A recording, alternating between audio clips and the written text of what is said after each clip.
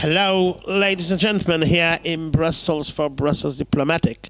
We're here at the Residence Palace here on January the 16th, 2013, and we have the privilege to have with you no very important person in Brussels politics, with ASSITA KANKO, elected in October 2012 as City Councillor in Ixelles, it's a part of Brussels, and also a very engaged member of the Liberal Party. Hello, ASSITA, how are you? Hi, Miguel, I'm fine. Thank you for having me. Thank you. It's a pleasure for us. First question, ASSITA. Now you've been elected as City Councillor in Ixelles. You have been making your first electoral campaign. What's your feeling? What's the feeling of your first experience? It felt great. It felt great because I'm really standing for liberal values, and for me it was very interesting to defend something, especially because I do believe in what I'm defending. I met people, fantastic people, through Ixelles, through Brussels, and these contacts are still ongoing, and I think something started, something wonderful that I would like to continue. And why did you choose liberalism? Is it linked with your past? I mean, as a young girl in another country than Belgium, is it linked with that and with the necessity of having the constitutional liberties? It's really linked to that, to who I am, to what I've been standing for since as I was a younger girl in Africa. Growing up there, actually I came to Belgium 8 years ago.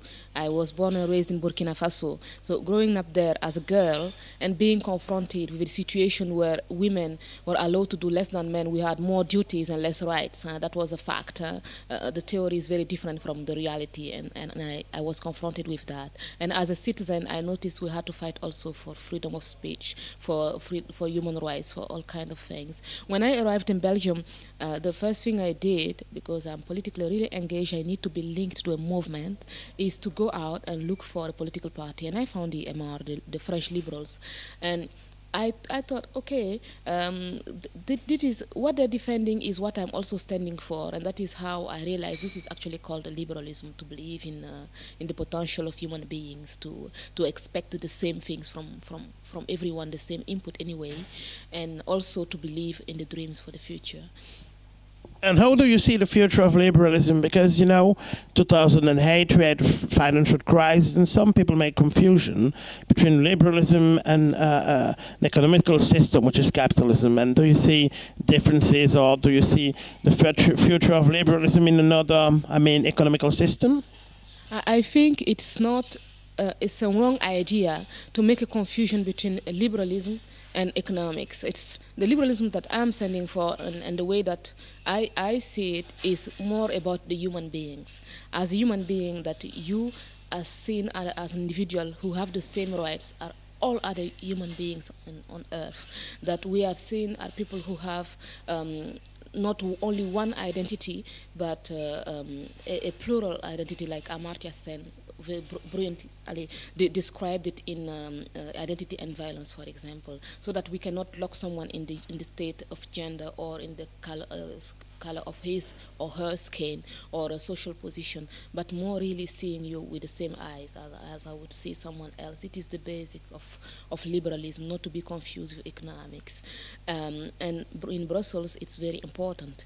And not only in Brussels. Brussels is the heart of Europe. It's a very multicultural environment where integration has been an issue and still is, and I'm standing for a successful integration of everyone. That is also basically one of the reasons why I think that the future of liberalism is linked to our future as human beings. Look, with the new ways of moving around in the world, with the globalization, with time and space compression, we are more and more linked with each other, and we need to have a better and better perception of others, and liberalism surely has a future on earth. And when we see the future of the other as our own future, when we have the generosity to accept the other and to want to defend the same things for him as for ourselves, then we are open. And I think in Brussels we are the first one, the liberals, we are the first to realize that there is an issue with integration of women, for example, and being open for that. will allow us to find solutions, because as long as you do not realize that a problem exists, you cannot solve it. Nobody can solve problems that don't exist. We are not lying to ourselves, and we are not lying to people neither. We realize, we know what exists, and we then accept the reality, and then we want to make the change to happen.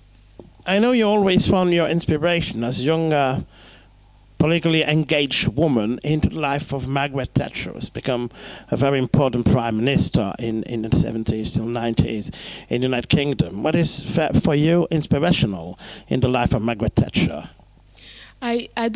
Actually, Margaret Thatcher is not the most important source of inspiration for me. She's just one of the sources. And when you take someone as a source of inspiration, you don't take the whole person, because everyone has mistakes, made mistakes, and has also qualities. What I liked a lot from Margaret Thatcher is, I don't know if it's actually true, because when I saw the movie, The Iron Lady, when she said that she didn't want to die washing a cup of tea, and I saw myself as a little girl in Africa, I thought, oh my God, I don't want to die washing a husband's clothes, because that's what women had to do. And I was looking for a future for myself. So that's something very strong that I discovered, that someone else in another period, in another country, felt the same thing. But my biggest source of inspiration is actually it's diversified. It's like when Gandhi says, "Be the change you want to see in the world." Then I link that to the fact that everyone says society is responsible. But who is the society? It's you, it's me, it's the neighbor, it's us. So each of us need to change before change can happen. And as